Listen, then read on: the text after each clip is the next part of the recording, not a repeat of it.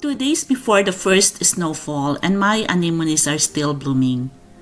Most people would leave them in the ground, but if I don't lift them today, I could lose them all overnight.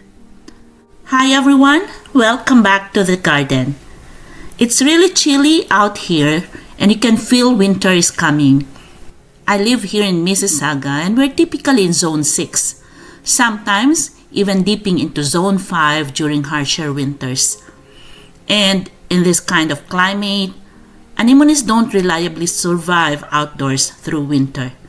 The ground freezes deeply and the corms can easily rot or get damaged. So if I want to grow them again next year, I have to lift them today. I've been meaning to do this for a while, but life gets busy and gardening sometimes has to wait. But timing is everything and today is that window. Honestly, I'm really glad I came out today because look at them, even now they're still blooming. And just look at these anemones. The color is incredible. That vibrant purplish blue really stands out even in this cold light. These have easily been my favorite flowers this season. They didn't just bloom once, they kept going continuously from early growth all the way into fall.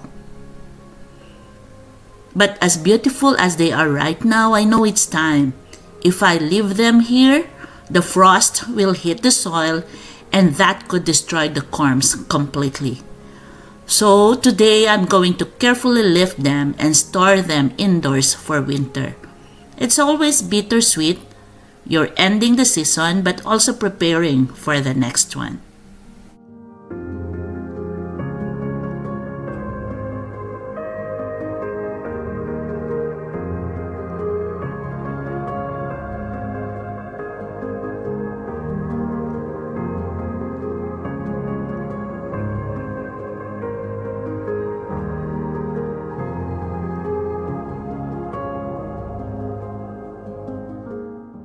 Alright, so this is how I do. I just turn over the pot.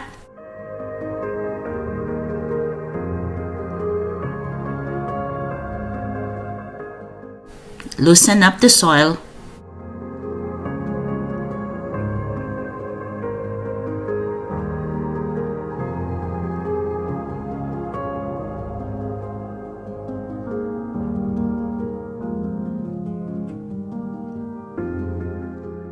And expose the corms so they don't get damaged.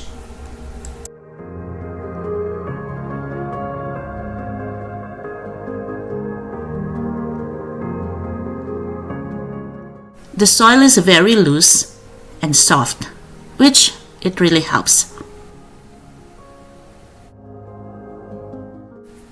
And I'm just gonna shake off the soil.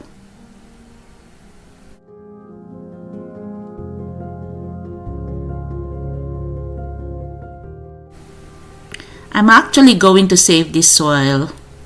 It's rich and organic and reuse it for next season.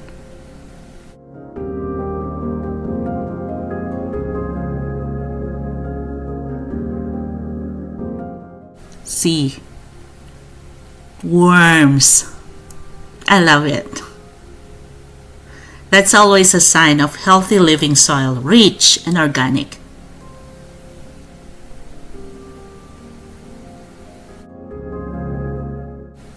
That's why I'm going to save this soil and reuse it for next season.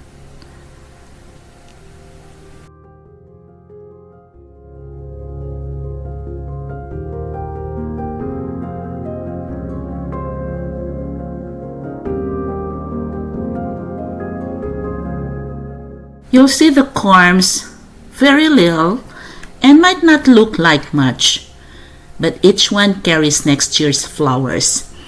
And I'm going through the soil carefully with my hands, making sure I don't miss any. Sometimes they hide deeper than expected, so I like to take my time. It's actually very calming for me. Just me, the soil, and the plant. I really enjoyed these anemones this season. They were consistent, generous, and beautiful from start to finish. And some plants give you a short show, but these anemones stayed and kept giving. And even now you can see they're still trying to bloom. The leaves are still green, very healthy. So part of me wishes I could bring the whole plant inside and keep it growing. But I don't have the space for that. So I have to let the top growth go and just focus on saving the corms this time.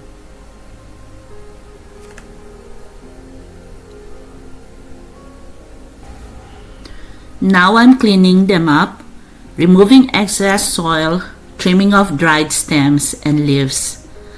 I do feel a bit bad. I wish I had done this earlier. I actually left them for a week before proceeding to this. So some of them look a bit dry and even shriveled. But gardening isn't always perfect. So just do what's best for now and hope they'll still make it. Too dry for now. So I really hope they will survive.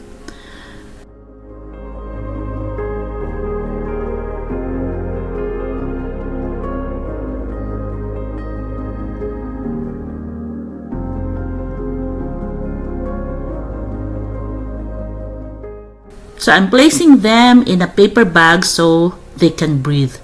Not plastic. Paper helps prevent moisture build up and rot.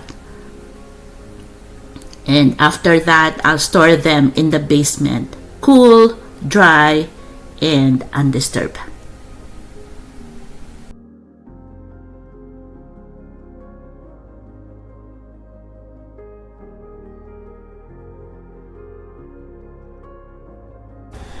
From late spring all the way to the end of fall, I truly enjoyed these plants.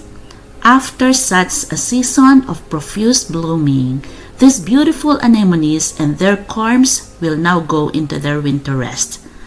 I'll be keeping these corms safe until early spring, and then we'll wake them up again.